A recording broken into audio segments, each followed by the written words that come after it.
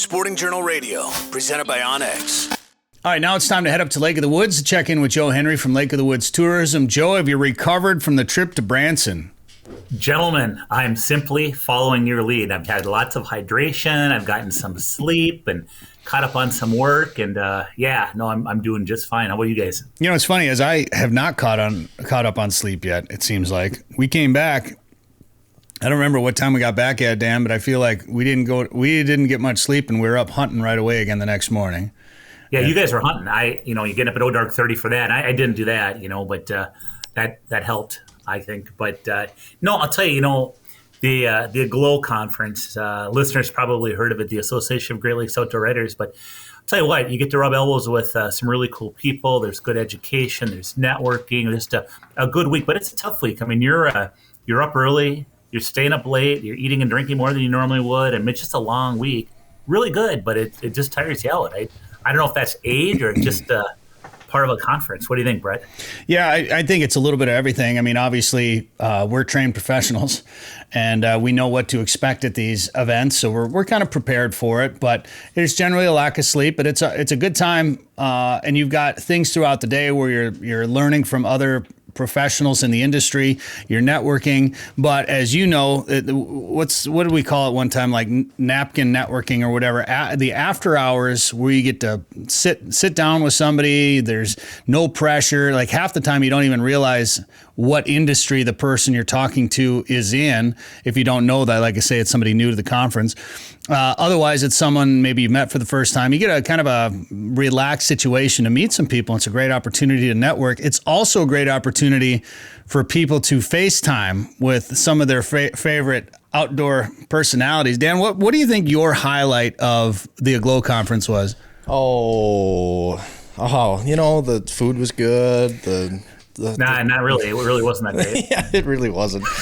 So I was sitting in the hospitality suite, Joe, and I met Matt Harrison, who's with Ducks Unlimited now, and he built up a big following on social media. He did some stuff with Sydney Wells. I think they were at like an NWTF event where he and Sydney went around with a microphone, and they just kind of went up and interviewed people like on the street type stuff at this event, and got to be friends with her. And they've went on to film some things together and do a lot of social media content together.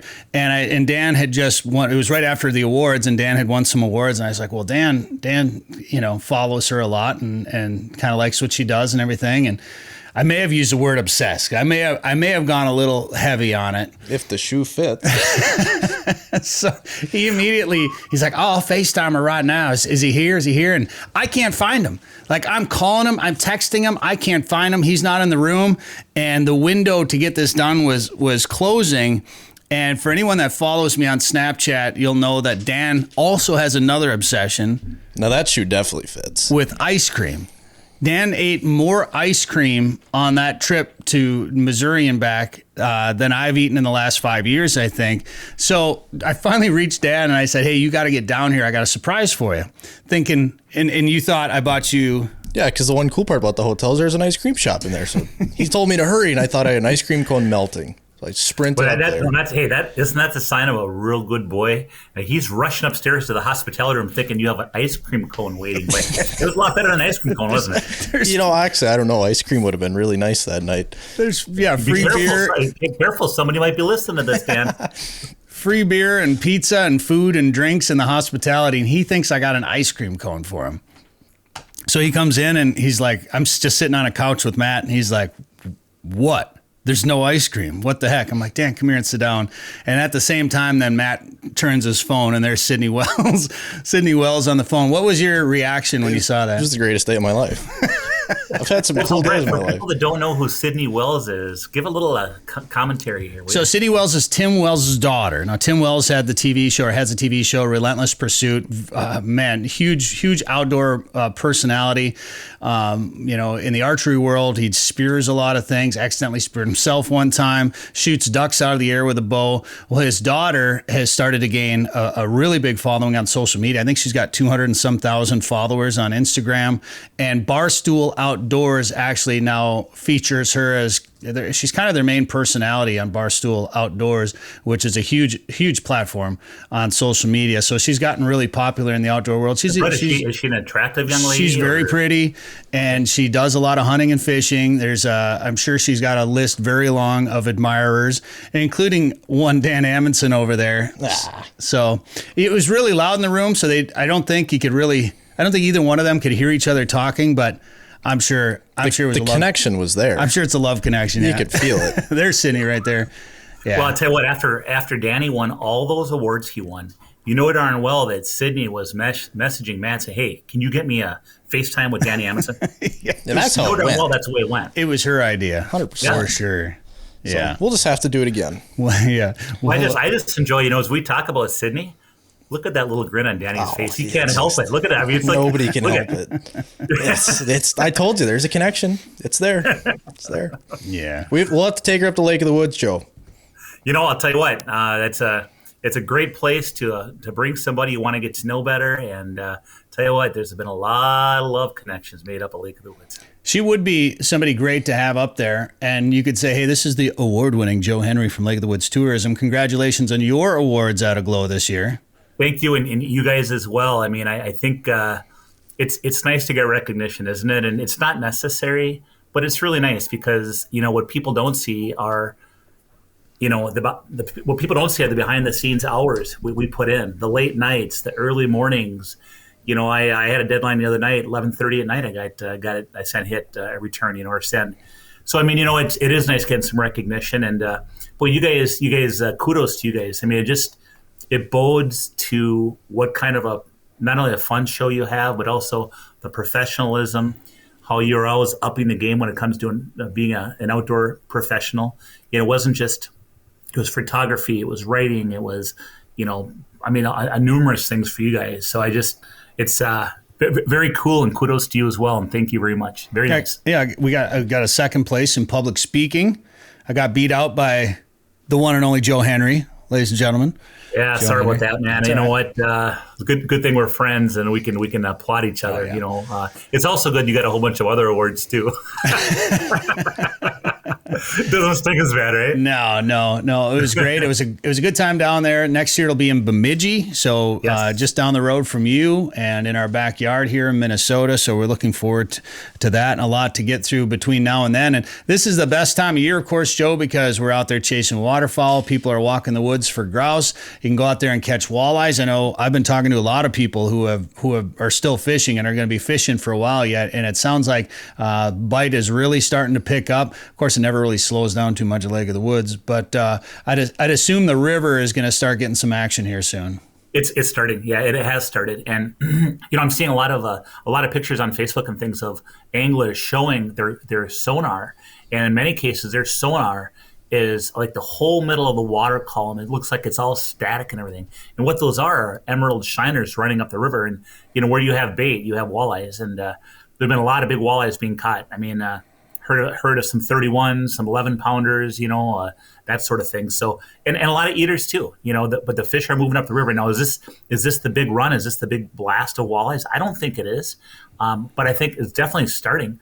What the thing about river fish is that, you'll hear about a great bite in 4 Mile Bay, and then you'll hear about a great bite in the river, and then the fish in 4 Mile Bay aren't quite as thick as they were yesterday. And, those fish are kind of moving through. So, I always tell people, don't go out to the orange sock on the Canadian side, anchor up for 2 days and die there. You know what I mean? If you're not catching in a spot, move around. It's a lot of river to fish, a lot of spots. Go and find some of those fish. Find out, where they're swimming, and then you're gonna be just fine. But you still got to go fishing, even though it's a fall run. You still got to go fishing. Guys, got to be excited up at the angle about the new rules coming to the border crossing up there. Yeah, we heard it coming a couple of weeks ago that they're going to lift the COVID vaccination requirements, as well as make the ArriveCAN app optional. You don't have to use that anymore. And the government of Canada confirmed it. In fact, I got a confirming email from the Canadian consulate, I think on Monday. But so it's confirmed now that come October 1, you can drive up to the northwest angle, which means you drive about 40 miles through Manitoba, Canada. but you'll drive about 40 miles through, and you don't have to be vaccinated, and you don't have to use the ArriveCAN. So we're starting to get back to normalcy, and it's going to make it a lot easier for a lot of people to drive up to the angle, which it's perfect right now. I mean, they're shooting ducks up there out of layout boats. They're catching tons of walleyes and muskies. It's just a beautiful time up there. Of course, we got the approaching ice fishing season coming too, and if you've never ice fished in the Northwest Angle, it's not only is it beautiful, it's a lot of fun. I've ice fished up there now. I don't know. I would like to duck hunt up there. That I haven't done yet, and I haven't done a whole lot of grouse hunting up around Lake of the Woods. So we might have to try to get up there yet this year, Dan, and do some sort of cast and blast trip up there. You got the 3 different species of grouse: the rough grouse, the spruce grouse, and also the sharpies up there. So a lot of really neat opportunities to go out and see some of the scenic northern Minnesota landscape and chase some of the local wildlife around too, and then do some fishing in the river or in Big Traverse has got some walleyes right now too, doesn't it? Yeah, I tell you this.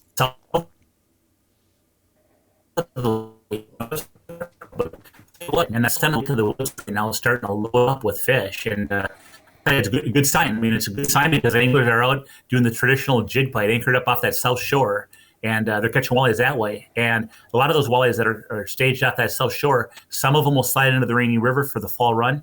The other thing is when we have early ice, those fish are staged out there. They're going to stay there until early ice. So it's going to be some good ice fishing come first ice too. Well, that's not far away. If people want to start thinking about an ice fishing trip or do some fall outdoor recreation at Lake of the Woods hunting and fishing, what should they do, Joe? If you want the dates you want to get, I'd make reservations now, and check out our website for that. It's lakeofthewoodsmn.com. Hear more at sportingjournalradio.com or wherever you get podcasts. Northern Minnesota's Walleye Factory is a year-round world-class fishing destination. The perfect getaway this summer is just a short drive to Lake of the Woods. Fish Big Traverse Bay, the Rainy River, or visit the unique Northwest Angle. To catch big fish, you have to go where the big fish are. Plan your trip to Lake of the Woods at lakeofthewoodsmn.com. That's lakeofthewoodsmn.com.